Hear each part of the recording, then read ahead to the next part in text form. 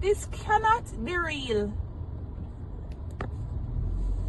And this is what we are talking about when people say they don't have any sympathy, and when the taxi operators and the ones who are on the associations talk about it's only 10% or 2% of the taxis who behave like it. It is a lot of them. I want to know where they get their stats from. This is unacceptable. A few moments later. Yes, man, you fire, you. You get what you look for. You big eye glad.